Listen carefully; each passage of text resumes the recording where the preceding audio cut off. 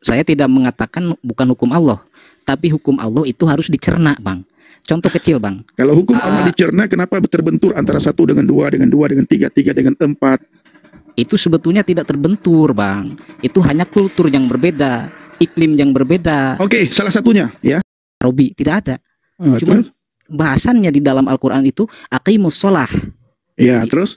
Perintah Allah. Nah, di sana ada jembatan, yaitu usul fikih. Ketika usul fikih itu masuk, disitulah terjadi buah pemikiran manusia, benar nggak? Buah pengetahuan manusia. Ya, itu buah pemikiran manusia yang mencerna perintah Allah. Aqimus sholah, itu perintah Allah. Ya. Dirikan olehmu akan sholat. Ya. Ya. Nah, lalu dibuatlah dengan pengetahuan manusia, pemahaman manusia segala macam. Oh, sholat harus begini. Ya. Subuh 2 rakaat, zuhur 4 rakaat, asar 4 rakaat, maghrib 3 rakaat. Nah, ini perintah Allah atau bukan ini? Perintah Allah. Ada ayatnya. Allah mengatakan sholat zuhur 4 rakaat. Itu kan kalau sumber hukum itu kan bukan cuma Al-Quran. Ini Bang ya, di dalam Islam itu sumber hukum yang Haleluya, haleluya, haleluya. Shalom alaikum bismillahirrahmanirrahim. Salam Aki. Aku kabarkan Injil keselamatan. Bapak Ibu di Tuhan, ketemu lagi dengan saya Evangelis Abraham Effendi Usman. Bagaimana kabar Bapak Ibu semua? Tentu luar biasa. Nah, saudaraku para pecinta Ajil Habaget, saya ingin mengajak kita semuanya untuk menyaksikan cuplikan video di mana saya lagi berdiskusi dengan teman muslim, dan tentunya diskusi ini sangat menarik saudara, dan nanti Bapak Ibu bisa menilai sendiri, dan silahkan tulis di kolom komentar apa yang Bapak Ibu dapatkan lewat diskusi ini, di mana kami diskusi beberapa malam yang lalu di TikTok saudara ya. Dan bagi Bapak Ibu yang belum mengunjungi TikTok saya, silahkan kunjungi, dan jangan lupa di follow nama akunnya Pendi Sumatera. Kalau dulu Pendi Aceh, sekarang kita ganti Pendi Sumatera. Bagaimana cuplikan videonya? Langsung saja kita saksikan sama-sama. Permasalahan, apakah bisa disebut kita mengimani sesuatu tapi kita tidak mengamalkannya? Atau kata Abang tadi, kita iman Alkitab tapi kita tidak membacanya, gitu kan Bang? Kalau tidak salah ya. Nah, begitupun sebaliknya, kita iman Al-Quran tapi kita tidak membacanya. Nah, orang-orang muslim pun mengimani Alkitab. Alkitab di sana adalah Taurat, kitab Samai. Karena kitab Samai itu kan ada 4. Ya Bang ya? Injil, Zabur, Taurat, Al-Quran. Nah, kita mengimani. Kita semua mengimani. Tapi iman di sini, nah ini termasuk ke dalam bab ma'rifat Bang. Jadi ma'rifat itu adalah kita mengimani, tapi ada yang cukup diakui, ada yang harus dijalankan, seperti itu. Mana saja yang cukup diakui? Ajaran-ajaran nabi-nabi sebelum Nabi Muhammad itu kita cukup mengakui, tidak perlu dijalankan. Karena apa? Karena ajaran Nabi Muhammad adalah ajaran penyempurna nabi-nabi sebelumnya, seperti itu. Jadi sesuatu yang termaktub di dalam Al-Quran dan Al-Hadis, sesuatu yang disampaikan oleh Nabi Muhammad Rasulullah SAW itu sebagai penyempurna agama-agama lain atau kitab-kitab Samai yang lain. Makanya itu teman-teman Kristiani mungkin boleh berkata Al-Quran sebagai apa? Al-Quran cuman mencontoh atau mengutip daripada Alkitab. Ya, itu diantaranya. Tapi mengutip di sana bukan berarti apa ya, copy paste seperti itu, cuman disempurnakan seperti itu. Disempurnakan. Ini maaf, ini versi menurut Muslim ya Bang ya. Siap. Menurut Muslim. Sebetulnya mungkin Abang juga sedikit lebihnya ada pernah mengenal atau pernah mendengar seperti itu. Jadi intinya ajaran Nabi Muhammad SAW itu datang untuk menyempurnakan ajaran-ajaran sebelumnya. Kami sebagai Muslim tidak menafikan akan adanya Alkitab, Taurat, Injil, Zabur, tidak menafikan. Bahkan kami mengimani. Boleh dibilang sesat kalau kita tidak mengimani gitu. Jadi iman kepada kitab Allah itu termasuk rukun iman. Yang harus kita imani itu adalah 4 kitab Samai tersebut. Al-Quran, Injil, Zabur, Taurat itu harus kita imani. Tapi dalam prakteknya itu kita hanya kita hanya menjalankan apa-apa yang disampaikan oleh Nabi Muhammad. Karena secara tidak langsung ketika kita intinya menjalankan amalan-amalan di dalam Al-Quran atau Al-Hadis, secara tidak langsung kita telah menjalankan amalan-amalan atau ajaran-ajaran nabi-nabi sebelumnya. Karena tadi di dalam bahasanya ajaran Kangjeng Nabi Muhammad SAW adalah ajaran penyempurna, seperti itu Bang. Jadi tidak bisa dibilang kita menjalankan satu ajaran Muhammad itu menafikan ajaran-ajaran Rasul yang lain, tidak. Kami pun mengakui adanya Nabi Musa, kami pun mengakui adanya Nabi Isa atau istilah lain Yesus gitu kan. Cuman untuk ajarannya kita telah disempurnakan oleh yang namanya Al-Quran. Maka dari itu ketika kita menjalankan atau berpedoman kepada Al-Quran secara tidak langsung, itu sudah mewakili ajaran-ajaran yang lainnya, seperti itu. Jadi apakah bisa dibilang kita iman terhadap Injil, kita iman terhadap Taurat, tapi kita tidak menjalankannya? Bahkan sebetulnya kita menjalankan Al-Quran berarti menjalankan Injil, Zabur, Taurat juga.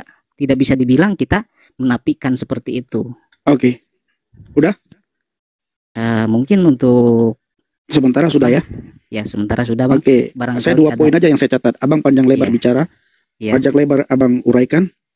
Saya 2 poin aja yang ingin saya tanyakan kepada Abang. Yang pertama daripada apa yang Abang sampaikan, ketika Nabi Muhammad datang, yang Abang bilang menyempurnakan agama sebelumnya atau menyempurnakan kitab sebelumnya, dan itu sudah disempurnakan oleh Al-Quran, ya kan? Oke. Nah, Abang percaya kitab sebelumnya itu firman Allah, firman Tuhan? Injil, Zabur, Taurat itu firman Allah. Nah, apakah tidak sempurna firman itu? Bukan tidak sempurna, karena kita... Nah, itu sebentar dulu ya. Apakah itu tidak sempurna sehingga harus disempurnakan? Yang kedua, apanya yang disempurnakan? Yang disempurnakan apanya? Nah, bagaimana dengan surat Al-Maidah ayat 68? Di mana Al-Quran mengatakan di dalam surah Al-Maidah ayat 68, "Qul ya ahlal kitab lastum ala syai'in hatta tuqimut Taurat wal Injil." Katakanlah hai ahli kitab, kamu tidak dipandang beragama sedikit pun hingga menegakkan ajaran-ajaran Taurat dan Injil. Nah, lalu Abang berkata beriman hanya untuk mengakui. Bagi kami, beriman hanya mengakui tanpa pernah membaca apa yang diimani, tanpa pernah mengetahui apa yang diimani, itulah iman yang buta. Itu bukan iman namanya. Maka Alkitab itu, iman kekristenan, beriman terhadap apa semua yang tertulis dalam Alkitab. Maka Alkitab di ayat yang lain mengatakan, iman tanpa perbuatan mati. Sia-sia. Iman tanpa perbuatan mati. Sia-sia. Jadi, apa yang disempurnakan? Ya. Beriman hanya mengakui, itu iman yang mati. Iman yang sia-sia. Hanya kita mengakui, aku tahu, yang penting tahu aja deh. Allah pernah menurunkan Taurat, Zabur. Allah pernah menurunkan Injil. Ya. Tetapi bagaimana bunyinya, bagaimana ayatnya, tidak pernah tahu. Itu iman yang bagaimana begitu. Nah, bagaimana dengan surat yang sudah saya bacakan tadi dalam surah Al-Maidah ayat 68? Kamu tidak dipandang beragama sedikit pun hingga kamu menegakkan ajaran-ajaran Taurat dan Injil. Menegakkan. Dan ternyata saya tidak pernah menemukan ada satupun ayat di dalam Al-Quran kalau Allah Subhanahu wa Ta'ala menyalahkan kitab sebelumnya. Kalau Allah Subhanahu wa Ta'ala tidak mengatakan kalau kitab sebelumnya itu tidak sempurna. Bahkan Allah Subhanahu wa Ta'ala berkata kepada Nabi Muhammad, "Wahai Muhammad, kalau engkau ragu-ragu terhadap apa yang aku turunkan kepadamu, fas'alil ladzina yaqra'unal kitab min qablik." Wahai Muhammad, kalau engkau ragu-ragu terhadap apa yang aku turunkan kepadamu, bertanyalah kepada orang yang membaca kitab sebelummu. Nah, kalau kita melihat ayat ini, pernahkah Nabi Muhammad bertanya kepada orang yang membaca kitab sebelumnya? Sangat sering. Bahkan Nabi Muhammad, bahkan apapun yang dialami oleh Nabi Muhammad, ya, sebelum Waraqah meninggal, itu selalu ditanyakan kepada Naufal bin Waraqah. Apapun itu. Ya. Sampai hal penerimaan wahyu. Nabi Muhammad bercerita kepada Khadijah, lalu Khadijah membawa cerita Nabi Muhammad kepada Naufal bin Waraqah. Dan sama-sama kita ketahui, siapa itu Naufal bin Waraqah? Ya, boleh saya jawab, Bang? Ya, boleh, silakan. Udah, itu saja. Ya, kalau menurut pemandangan ketika Abang berbicara menurut pemandangan, Abang kalau bisa ada ayatnya gitu ya. Nah, sehingga tidak berbicara menurut ini. Nah, sumbernya jelas. Ketika kita berbicara tentang iman, ada ayat yang Abang kutip tertulis di surat mana, di ayat yang keberapa. Ya, kalau dalam Islam itu kan tidak kita apa namanya terpaku Kalau kepada begitu hanya semuanya penafsiran. Makanya sangat banyak penafsiran A terbentur dengan penafsiran B. Ya, penafsiran ya yang memang. hukum mazhab Hanafi Nah, ada banyak juga ya terbentur ya dengan karena hukum mohon maaf dengan Bang mazhab ya, Syafi'i, dengan mazhab Maliki. Kenapa? Karena berdasarkan pengetahuan mereka. pengetahuan yang didasarkan dengan sumber-sumber Al-Qur'an dan Al-Hadis. Kalau Karena mereka berdasarkan termasuk sumber-sumber imam dan mujtahid. al-hadis, kenapa ya? Kalau memang benar berdasarkan sumber pengetahuan sumber di Al-Quran dan hadis, kenapa mazhab Maliki, mazhab Hanafi, mazhab Syafi'i dan mazhab Hambali ini saling berbenturan? Karena menurut kultur dan wilayah iklim Itu yang artinya berbeda. hukum bukan berdasarkan apa yang tertulis, bukan berdasarkan apa yang disampaikan oleh Allah, tetapi hukum dibuat berdasarkan pengetahuan manusia. Ya tentu sesuai dengan keinginan manusia tersebut. Itulah hebatnya Islam, Bang. Jadi Oke, kalau sudah Anda secara mengatakan itulah hebatnya Islam, oke. Ya, jadi secara berarti tidak hukum yang dipakai langsung, oleh Islam, bukan hukum Allah, tetapi mohon maaf hukum jangan dipotong dulu. Saya tidak mengatakan bukan hukum Allah, tapi hukum Allah itu harus dicerna, Bang. Contoh kecil, Bang. Kalau hukum Allah dicerna, kenapa terbentur antara satu dengan dua, dengan tiga, tiga dengan empat? Itu sebetulnya tidak terbentur, Bang. Itu hanya kultur yang berbeda, iklim yang berbeda. Oke, salah satunya ya. Nanti Ya. abang bantah ya. Di Indonesia ini mengenai wudhu air sembahyang. Oke. Selesai saya berwudhu, begitu saya mau masuk ke masjid, lalu kenalah dengan perempuan ya, kesenggol tanpa sengaja. Wudhu saya batal kan? Kalau menurut Imam Syafi'i ya, kalau tanpa Nah. ada penghalang, ya. Ya, batal ya, kalau tanpa penghalang ya. Lalu saya harus ambil wudhu kembali kan? Ya. Nah, kalau menurut Imam Hanafi bagaimana? Kalau menurut Imam Hanafi kan tidak. Tapi kita itu Enggak, jangan tapi lagi. Kalau sudah tapi lagi nanti sudah kemana-mana. Menurut Imam Hanafi boleh apa tidak? Sah apa tidak? sah. Sah ya. Hukum yang dipakai hukum mana? Hukum yang dari Allah atau hukum buah pemikiran manusia? Itu hukum dari Allah, tapi Kalau hukum dari Allah, kenapa Imam Hanafi sah, Imam Syafi'i tidak sah? ya itu kan sesuai dengan kulturnya, Bang. Saya bilang tadi.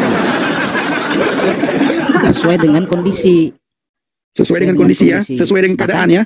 Ya, sesuai dengan keadaan, karena ada Makanya saya bilang itu hukum. Kalau bukan hukum, makanya kalau hukum bukan berdasarkan, kalau bukan hukum yang Tuhan buat, itu sesuai dengan keadaan. Kalau hukum Jadi Tuhan, Bang. kemana gini. Kalau hukum Tuhan, abang bisa bedakan hukum Tuhan dengan hukum yang dibuat oleh manusia. Hukum Tuhan, kemanapun kita pergi, Tuhan bilang kemanapun kita pergi Kalau Tuhan bilang Pendi, kalau kamu bersentuhan tanpa penghalang antara laki-laki dan perempuan, batal wudhumu. Kemanapun saya pergi, dimanapun saya berada, wudhu saya batal. Kalau hukum Tuhan.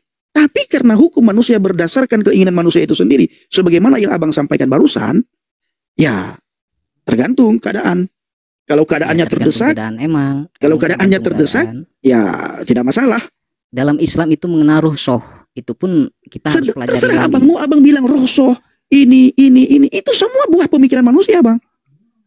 Buah pemikiran manusia yang memang diharuskan untuk berpikir, karena Al-Quran itu betul. Makanya dari berpikir itu ya, karena bukan pikiran Allah, pikiran daripada pengetahuannya, ya sesuai dengan keinginan manusia itu sendiri.